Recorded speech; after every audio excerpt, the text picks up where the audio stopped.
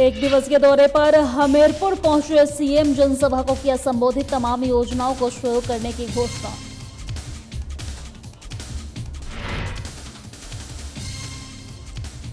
सोलन में आपने निकाली प्रभात फेरी, कार्यकर्ताओं को आगामी चुनाव को लेकर पढ़ाया गया पाठ, जन समर्थन को आपके साथ जोड़ना रहा फेरी का मकसद। शिमला में आपने की प्रेस कॉन्फ्रेंस, सरकार पर जमकर साधा निशाना, कहा सरकार बागवानों की समस्याओं को लेकर गंभीर नहीं।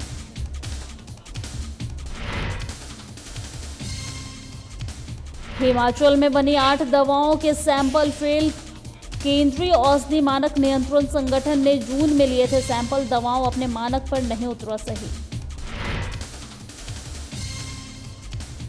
और शिमला में पथ परिवहन निगम के परिचालकों ने खोला मोर्चा, परिचालकों ने सरकार के खिलाफ खोला मोर्चा, क्लर्क के समान वेतनमान करने की मांग।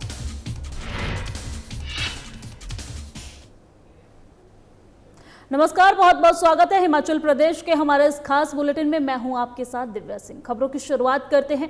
कांजियान में एक विशाल जनसभा को संबोधित करते हुए मुख्यमंत्री ने भोरंज में HPSEB के डिवीजन और समीरपुर में जल शक्ति के सब डिवीजन सहित की घोषणा की है। उसके बाद उन्होंने राजकीय वरिष्ठ माध्यमिक पाठशाला अमरोह में विज्ञान और वाणिज्य की कक्षाएं प्रारंभ करने की घोषणा की है। उन्होंने क्षेत्र की विभिन्न संपर्क सड़कों के निर्माण के लिए 50 लाख की घोषणा की है। मुख्यमंत्री ने कहा है कि भोरंज विधानसभा क्षेत्र में एक दिवसीय दौरे के दौरान उन्होंने 90 करोड़ रुपए की विकास परियोजनाओं का उद्घाटन और शिलान्यास किया है, जो वर्तमान राज्य के कार्यकाल के दौरान क्षेत्र के विकास को दर्शाता है। उन्होंने कहा है कि विपक्षी नेताओं ने विकास के मामले में इस क्षेत्र की पूरी तरह से अनदेखी की है और अब ये नेता उस क्षेत्र में विकास को पचा नहीं पा रहे हैं। मुझे इस बात की खुशी है कि भोरंज विधानसभा क्षेत्र में लगातार विकास को गति मिली है हमारी सरकार में 4.5 वर्ष में, और आज हम 13 उद्घाटन और 10 शिलान्यास, यानी कि कुल मिलाकर के 23 उद्घाटन और शिलान्यास के कार्यक्रम यहाँ करने जा रहे हैं, और जिसके अंतर्गत लगभग 90 करोड़ रुपए की राशि यहाँ पर खर्च की गई है और जो खर्च करने वाली है। तो एक बहुत बड़ा एक अमाउंट जो है इस क्षेत्र में विकास की दृष्टि से हमने दिया है, और उसमें मुझे पूरा संतोष है कि भोरंज विधानसभा क्षेत्र में जो विकास के ऐसे लंबित कार्य थे, चाहे वो PWD का डिवीज़न खोलने की बात है, चाहे वो और भी संस्थान खोलने की बात है, और उसके साथ साथ में जो डेवलपमेंट को जो हमारी बहुत सारी स्कीम थी जिनकी आवश्यकता थी वहाँ पर उनको हम पूरा कर रहे हैं।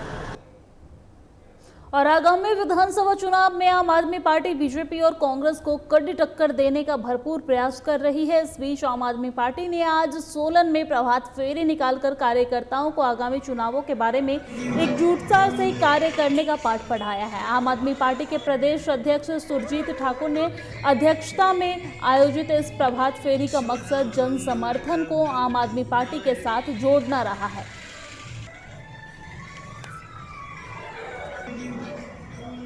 सुबह से हमने प्रभात फेरी निकाली।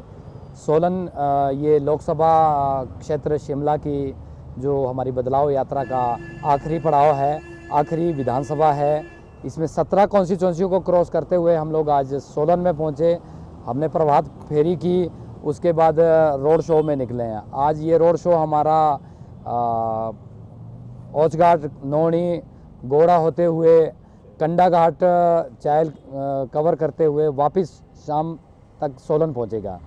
तो इस तरीके से आपको मैं बताना चाहता हूं आपके इस चैनल के माध्यम से कि जिस तरीके से हिमाचल प्रदेश में इस बदलाव यात्रा को जन समर्थन मिल रहा है, उससे बिल्कुल निश्चित है कि आने वाले टाइम में हिमाचल प्रदेश के अंदर आम आदमी पार्टी की खाली सरकार ही नहीं बनेगी, प्रचंड बहुमत की सरकार बनेगी।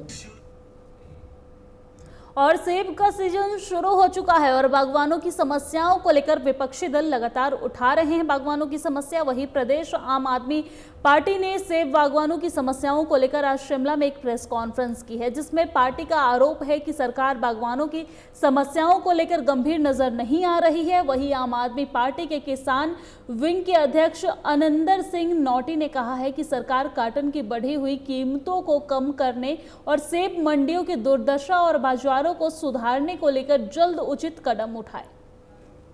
पहले सेब तोड़ने के बाद जो प्रथम समस्या है उसकी पैकिंग, और उसका जो पैकिंग मटेरियल है वो सरकार, हिमाचल प्रदेश भारतीय जनता पार्टी सरकार की गलत नीतियों से, केंद्र सरकार की जीएसटी रिजाइम में जो गलतियां उसकी वजह से उसकी कीमतें एकाएक बढ़ी हैं। और जो कार्टेल बना के भी जो चुनिंदा कंपनियां हिमाचल प्रदेश में सप्लाई करती हैं वो भी लूटने पे उतारू हैं। सरकार इसको रोकने में बिल्कुल विफल रही है। तो पहली मांग तो हमारी आम आदमी पार्टी। और हिमाचल में बनी 8 दवाओं के सैंपल फेल हो गए हैं। हिमाचल प्रदेश में बनी अस्थमा, दस्त, संक्रमण, इन्फेक्शन और कोलेस्ट्रॉल की दवाएं अपने सही मानक पर नहीं उतरी है। आपको बता दें कि केंद्रीय औषधि मानक नियंत्रण संगठन ने जून महीने में कुल 1096 दवाओं के सैंपल लिए थे, जिसमें से 26 दवाओं के सैंपल फेल हुए थे।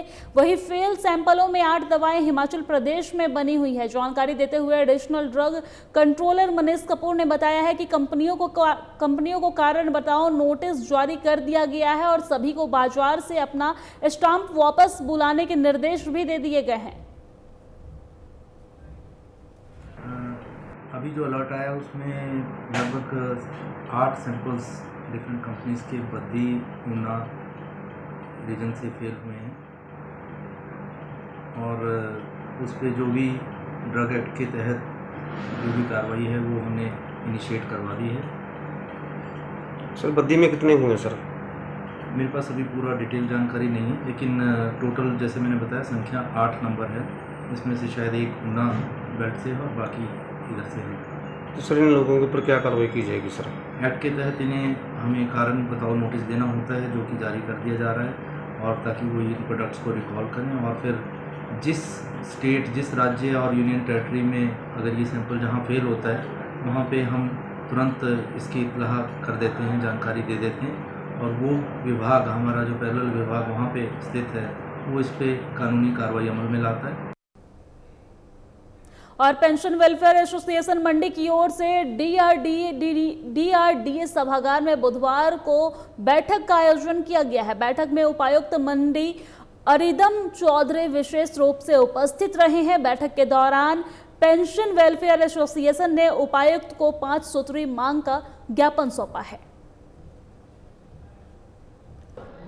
पेंशनर वेलफेयर एसोसिएशन जिला मंडी की कार्यकारिणी की बैठक माननीय उपायुक्त मंडी चौधरी जी की अध्यक्षता में संपन्न हुई, जिसमें कि हमने जो 5 सूत्री जो मांग पत्र था उस पर विस्तार पूर्वक चर्चा हुई और माननीय उपायुक्त महोदय ने उनका जो निवारण जो है, उनका हल जो है वो मौके पर कर दिया गया है। और एनजीओ प्रकोष्ठ बीजेपी द्वारा राजगढ़ में जिला स्तरीय बैठक का आयोजन किया गया है। बैठक की अध्यक्षता जिला संयोजक सुनील गोस्वाई द्वारा की गई है। वही बैठक में एनजीओ सेल के प्रदेश संयोजक सुनील ठाकुर विशेष रूप से उपस्थित रहे हैं।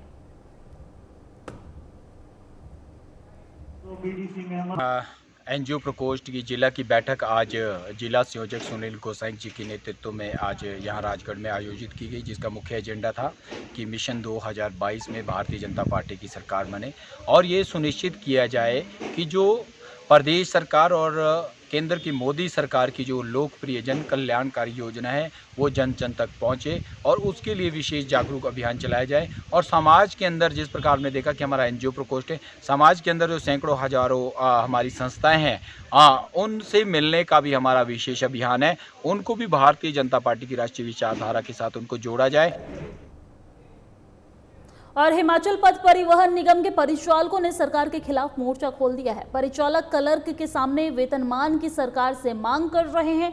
राज्य एचआरटीसी परिचालक यूनियन के बैनर तले 22 जुलाई तक परिचालक क्रमिक अनशन पर बैठे हुए नजर आ रहे हैं और अगर फिर भी सरकार ने मांग नहीं मानी तो आंदोलन को तेज करने की परिचालकों ने सरकार को चेतावनी दी है।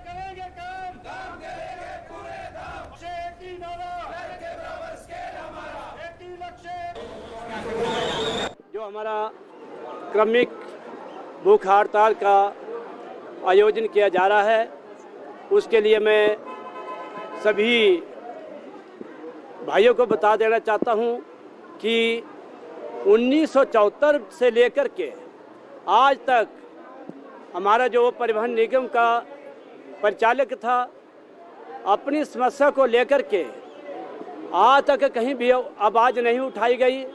लेकिन 1974 से लेकर के आज मेरा परिवहन निगम का परिचालक जो इतिहास रचाने जा रहा है, ये पहला अवसर है जो परिवहन निगम का परिचालक क्रमिक भूख हड़ताल पे अपनी मांगों को लेकर के बैठ रहा है।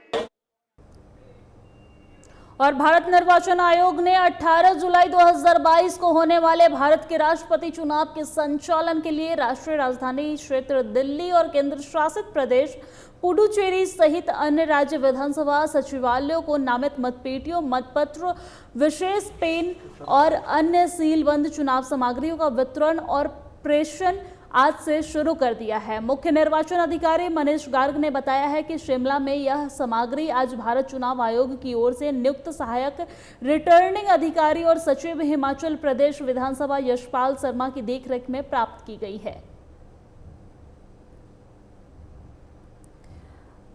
खबर आपको शिमला से बता रहे हैं, जहां चुनाव के संचालन के लिए सामग्री दे दी गई है। निर्वाचन आयोग ने ये सामग्री दी है।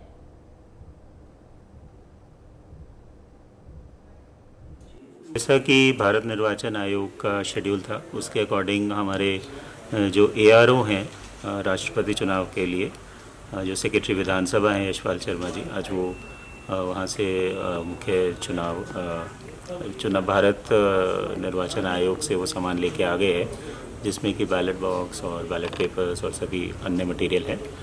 और इसको जो यहाँ पे स्ट्रांग रूम बनाया गया है विधानसभा परिसर में, वहाँ पे उसको सेफली डिपॉजिट किया गया। और मेरे साथ हिमाचल प्रदेश के हमारे इस खास बुलेटिन में फिलहाल इतना ही। देश दुनिया की तमाम खबरों के लिए देखते रहिए साधना प्लस न्यूज़। नमस्कार।